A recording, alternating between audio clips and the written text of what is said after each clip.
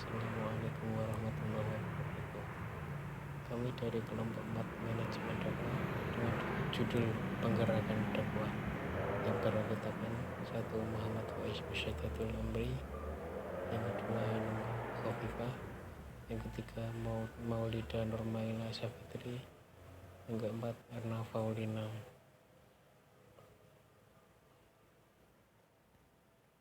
Assalamualaikum.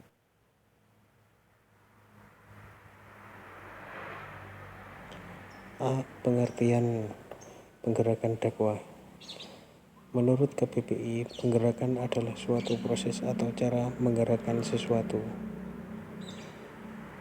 M. Munir SAG MA berpendapat dalam budaya manajemen dakwah bahwa penggerakan adalah seluruh proses pemberian motivasi kerja kepada para bawahan sedemikian rupa sehingga mereka mampu bekerja dengan ikhlas demi tercapainya tujuan organisasi dengan efisien dan ekonomis.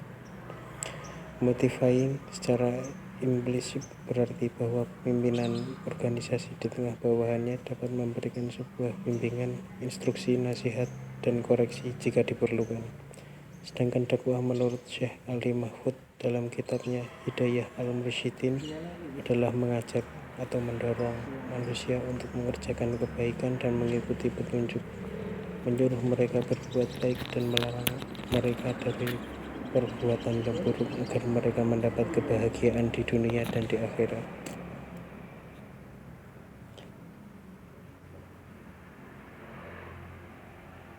B.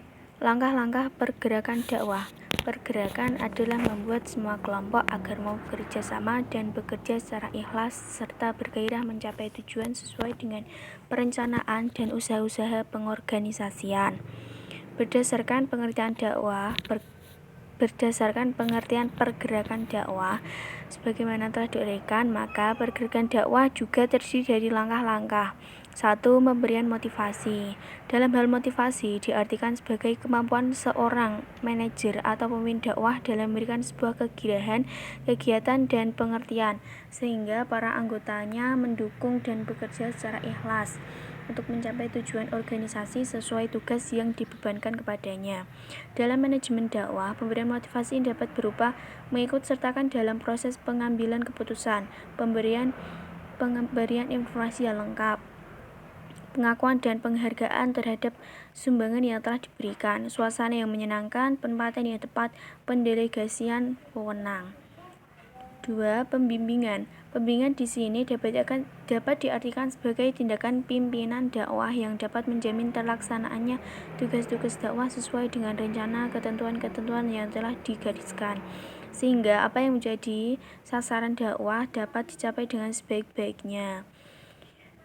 Adapun komponen bimbingan dakwah adalah nasihat untuk membantu para dai dalam melaksanakannya perannya serta mengatasi permasalahan dalam menjalankan tugasnya, adalah memberikan perhatian terhadap setiap perkembangan para anggotanya, memberikan nasihat yang berkait dengan tugas dakwah yang bersifat membantu, memberi sebuah dorongan, memberikan bantuan atau bimbingan kepada semua elemen dakwah untuk ikut serta dalam rangka keputusan dan strategi perencanaan yang penting dalam rangka memperbaikan efektivitas unit organisasi. Pelaksanaan kegiatan dapat dilakukan dengan jalan pemberian pemerintah atau sebuah petunjuk serta usaha-usaha lain yang bersifat memengaruhi atau menetapkan arah tugas dan tindakan mereka.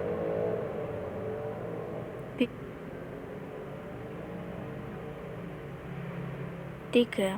Perjalanan hubungan. Untuk menjamin terwujudnya harmonisasi dan sinkronisasi usaha-usaha dakwah yang mencakup segi-segi yang sangat luas, diperlukan adanya perjalanan hubungan atau koordinasi dengan menjalin hubungan di mana para petugas atau pelaksana dakwah yang ditempatkan dalam berbagai biro dan di bagian dihubungkan satu sama lain, maka dapatlah jika terjadinya kekacauan, kekosongan dan sebagainya. Di samping itu, dengan perjalanan hubungan maka masing-masing pelaksana dakwah dapat menyadari bahwa segenap aktivitas yang dilakukan itu adalah dalam rangka mencapai sarana dakwah. Adapun cara-cara yang dapat diperlukan dalam rangka Perjalanan hubungan antara para pelaksana dakwah satu sama lain adalah menyelenggarakan permusyawaratan, wawancara para pelaksana, buku pedoman dan tata kerja, memo berantai. 4. Menyelenggarakan komunikasi dalam proses kelancaran dakwah dan komunikasi, yakni suatu proses yang digunakan oleh manusia dalam usaha untuk membagi arti lewat transmisi pesan simbolis. Ya, ini sangat penting karena dalam komunikasi yang efektif antara pemimpin dengan pelaksana dakwah, maka pola hubungan dalam sebuah organisasi dakwah tidak akan berjalan tanpa komunikasi.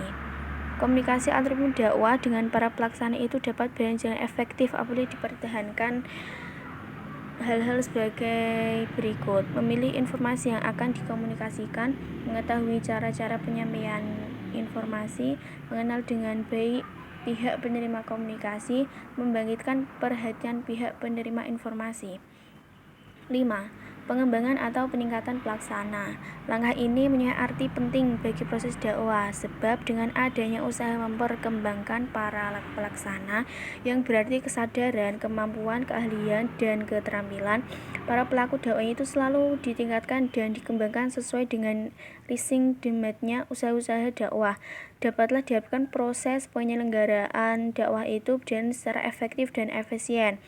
Untuk memperkembangkan kesadaran, kemampuan, keahlian, dan keterampilan para pelaku dakwah dapat dipergunakan sebagai macam metode. Di antaranya adalah metode demonstrasi, metode kuliah, metode konferensi, metode seminar, metode bacaan yang khususnya direncanakan, metode pemecah masalah, metode tugas khusus, metode rotasi tugas pekerjaan, metode workshop atau lokakarya. Dari berbagai metode pengembangan tersebut dapat dipilih mana yang paling efektif untuk memperkembangkan para pelaksana dakwah. Pemilihan metode itu tentu saja ditentukan oleh keadaan dan target yang ingin dicapai dengan usaha-usaha pengembangan itu.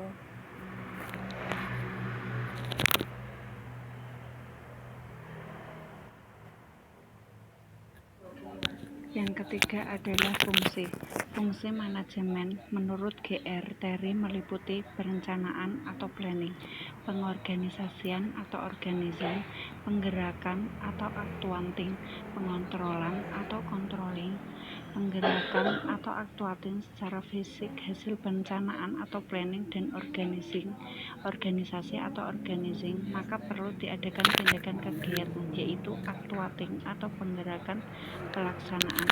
Penggerakan merupakan bagian yang sangat penting dalam sebab tanpa actuating maka perencanaan dan organisasi, planning and organizing, tidak dapat direalisasikan dalam kenyataan. Penggerakan orang agar kelompok itu suka dan mau bekerja.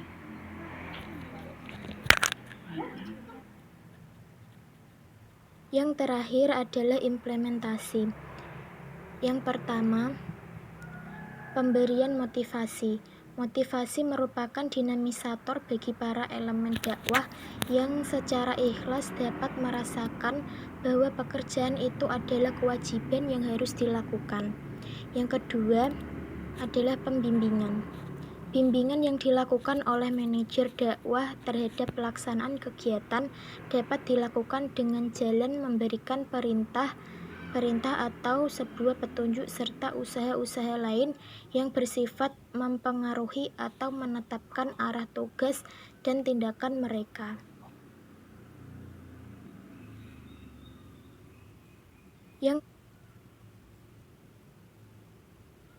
Yang ketiga yaitu penjalinan hubungan. Untuk menciptakan sebuah kerjasama yang solid dalam organisasi atau lembaga dakwah, maka dituntut untuk sebuah kecerdasan dan kerjasama yang baik oleh para pemimpin dakwah. Dalam hal ini, para pemimpin dakwah harus mampu memberikan seperangkat tujuan dakwah yang memungkinkan untuk dicapai, juga dapat dijadikan tujuan untuk ke masa depan. Yang keempat, menyelenggarakan komunikasi. Komunikasi antara pimpinan dakwah dengan para pelaksana sebagaimana telah dijelaskan di atas sangatlah penting sekali bagi kelancaran proses dakwah. Proses dakwah akan terganggu, bahkan mengalami kemacetan dan menjadi berantakan seperti berprasangka buruk, ketidakpercayaan, saling mencurigai antara pemimpin dakwah dengan para pelaksana, antara pelaksana satu sama lain.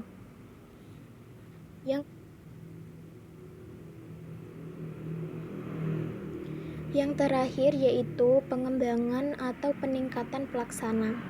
Pengembangan atau peningkatan pelaksana mempunyai arti sangat penting bagi proses dakwah Islam di masa kini, lebih-lebih di masa depan.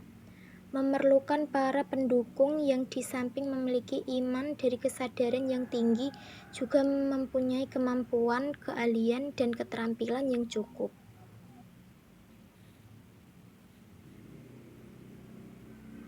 Sekian penjelasan singkat dari kelompok 4. Apabila ada kesalahan dari kelompok 4, kami mohon maaf. Sekian, wassalamualaikum warahmatullahi wabarakatuh.